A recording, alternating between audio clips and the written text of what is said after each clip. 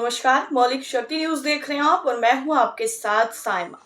अब एक बार फिर से सरकार से सवाल करने वालों पर एफआईआर दर्ज हो रही है, ऐसा दावा किया जा रहा है। तो चलिए पूरी कहानी आपको एक के बाद एक पॉइंट में विस्तार से समझाते हैं और बताते हैं कि आखिर भोजपुरी गायिका नेहा सिंह राठौर के खिलाफ जो देशद्रोह का मामला दर्ज हुआ है, उसको लेकर सियासी बाजार क्यों गर्म है। दरअसल भोजपुरी गायिका नेहा सिंह राठौर के खिलाफ देशद्रोह का केस दर्ज किया गया है और ये एफआईआर उनके सोशल मीडिया पोस्ट की वजह से हुई है, जिसे लखनऊ के हजरतगंज थाने में दर्ज करवाया गया। इस एफआईआर में कहा गया है कि नेहा सिंह राठौर देश विरोधी बयान दे रही हैं, इस वजह से पाकिस्तान में वायरल हो रही हैं।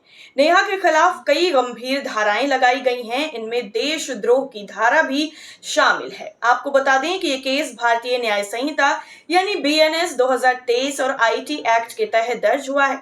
एफआईआर में कहा गया है कि नेहा सिंह राठौर ने एक समुदाय को धर्म के आधार पर भड़काने की कोशिश की। इससे देश की एकता और शांति को खतरा हो सकता है। शिकायतकर्ता अभय प्रताप सिंह ने कहा है कि नेहा के पोस्ट गलत हैं। उनके मुताबिक ये पोस्ट राष्ट्रीय अखंडता को कमजोर करते हैं। ये लोगों को धर्म और जाति के आधार पर भड़का सकता है। एफआईआर में यह भी लिखवाया गया है कि नेहा सिंह राठौर ने देश के कवि, समुदाय और भारत की इज्जत को ठेस पहुंचाई। उनके बयानों को पाकिस्तान में भारत के खिलाफ प्रचार के लिए इस्तेमाल किया जा रहा है। पुलिस ने इस मामले में जांच शुरू कर दी है। आपको बता दें कि इस मामले पर हजरतगंज थाने के एसएचओ विक्रम सिंह ने बताया कि एफआईआर में 11 धाराएं लगाई गई हैं। इनमें देशद्रोह, समुदायों के बीच दुश्मनी बढ़ाना और सार्वजनिक शांति भंग करना शामिल है। नेहा सिंह राठौर के सोशल मीडिया बयानों पर जमकर बवाल हो रहा है। दरअसल पूरा जो मामला है वो नेहा सिंह राठौर के हालिया सोशल मीडिया बयानों से शुरू हुआ। अपनी सोशल मीडिया पोस्ट में नेहा सिंह राठौर ने पहलगाम हमले को लेकर कई बार मोदी सरकार पर निशाना साधा था। नेहा ने लगातार वीडियो शेयर किए थे। इनमें पहलगाम हमले में मारे गए लोगों पर कई सवाल भी उठाए गए थे। नेहा सिंह राठौर ने पहलगाम आतंकी हमले को खुफिया और सुरक्षा चूक बताया था। नेहा सिंह ने सरकार पर यह आरोप भी लगाया था कि पीएम मोदी अब बिहार में पहलगाम हमले के नाम पर वोट मांगेंगे। नेहा ने पीएम की 56 इंच की छाती वाली बात का भी मजाक उड़ाया। उन्होंने पूछा कि इतनी ताकत के बावजूद लोग क्यों मर रहे हैं। नेहा ने तंज कसते हुए कहा कि क्या उन्हें मोहम्मद अली जिन्ना से सवाल करना चाहिए। इतना ही नहीं, उन्होंने दावा किया कि पीएम पहलगाम हमले का इस्तेमाल बिहार चुनाव में वोट लेने के लिए करेंगे। नेहा ने यह भी कहा कि ऐसा ही पुलवामा हमले के बाद भी हुआ था। पुलवामा हमला 2019 में हुआ था। उस हमले में 40 सीआरपीएफ जवान शहीद हुए थे। नेहा ने दावा किया कि मोदी सरकार ने तब भी ऐसा किया था। उन्होंने ये भी कहा कि जो शख्स रूस यूक्रेन युद्ध रोक सकता है, वो अपने देश में आतंकी हमला नहीं रोक पाया। इतना ही नहीं, नेहा ने पीएम मोदी के समर्थकों पर भी निशाना साधा।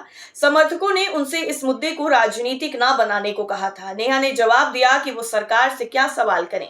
उन्होंने ये भी कहा कि शिक्षा और स्वास्थ्य के मुद्दे अब पुराने हो चुके हैं। राष्ट्रवाद और हिंदू मुस्लिम की राजनीति के बावजूद लोग मर रहे हैं। नेहा की ये पोस्ट पाकिस्तान में वायरल हो गए। पाकिस्तानी पत्रकारों के समूह ने अपने सोशल मीडिया हैंडल पर लगातार इनकी पोस्ट को रीपोस्ट किया। पाकिस्तानी हैंडलों ने नेहा सिंह राठौर का पोस्ट शेयर करते हुए लिखा कि इस लड़की ने यह कहकर पहलगाम हमले की सच्चाई जाहिर कर दी है कि मोदी सरकार इसका इस्तेमाल बिहार हमले में वोट पाने के लिए करेगी। इसके बाद नेहा सिंह राठौर की लगातार आलोचना और ट्रोलिंग होने लगी। नेहा ने एफआईआर पर अपनी प्रतिक्रिया भी दी है। दरअसल नेहा सिंह राठौर ने एक्स पर लिखा कि उनके खिलाफ एफआईआर होनी ही चाहिए। उन्होंने तंज कसते हुए कहा कि एक मामूली लड़की इतने बड़े लोकतंत्र में सवाल कैसे पूछ सकती है।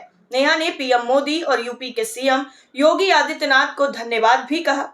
उनके इस बयान ने और विवाद खड़ा कर दिया। दरअसल नेहा सिंह राठौर ने प्राथमिकी दर्ज होने के बाद कई पोस्ट सोशल मीडिया पर किए हैं। एक पोस्ट में उन्होंने केस लड़ने के लिए वकीलों से मदद भी मांगी है और अपने खस्ता माली हालत का बयान किया है। दरअसल एक दूसरे वीडियो पोस्ट में नेहा सिंह राठौर ने सरकार पर आरोप लगाया है कि वो ध्यान भटकाने के लिए नेहा पर एफआईआर करवा रही है। वैसे आपको बता दें कि ये पहली बार नहीं है जब नेहा सिंह राठौर विवादों में फंसी हैं। 2023 में भी उनकी गीत यूपी में काबा सीजन 2 को लेकर पुलिस ने नोटिस जारी किया था। इस गाने में उन्होंने उत्तर प्रदेश की बीजेपी सरकार की आलोचना की थी। गाना कानपुर देहात में एक मां बेटी की मौत पर आधारित था। दोनों की मौत एक बेदखली अभियान के दौरान हुई थी और उस समय भी नेहा के गाने ने बड़ा विवाद खड़ा कर दिया था। गौरतलब है कि भारत में पहलगाम हमले के बाद पाकिस्तान विरोधी भावना उबाल पर है और इस हमले में 26 लोग मारे गए थे। इस पर पीएम मोदी ने कहा कि दोषियों को कड़ी सजा दी जाएगी। वहीं एक तरफ ये पूरा मामला सुर्खियों में है तो वहीं दूसरी तरफ जम्मू कश्मीर प्रशासन ने सुरक्षा एजेंसियों द्वारा आतंकी हमलों की संभावित चेतावनी के बाद राज्य के करीब 48 प्रमुख पर्यटन स्थलों को अस्थायी रूप से बंद कर दिया है। आपको बता दें कि इस कदम का उद्देश्य पर्यटकों और स्थानीय नागरिकों की सुरक्षा सुनिश्चित करना बताया जा रहा है। हालांकि पहलगाम हमले का सीधा असर जम्मू कश्मीर के पर्यटन पर पड़ा है। वहीं बॉलीवुड की हस्तियों ने अब पहल की है कि किस तरह पर्यटकों को वापस कश्मीर में लाया जाए। मीडिया रिपोर्ट्स के मुताबिक गुलमर्ग, पहलगाम, सोनमर्ग और अनंतनाग जैसे लोकप्रिय पर्यटन स्थलों पर यात्राएं रोक दी गई हैं। अधिकारियों ने कहा है कि ये फैसला खुफिया एजेंसियों द्वारा मिली जानकारी के आधार पर लिया गया है, जिसमें आतंकी संगठनों द्वारा नए हमलों की योजना बनाए जाने की आशंका जताई गई है।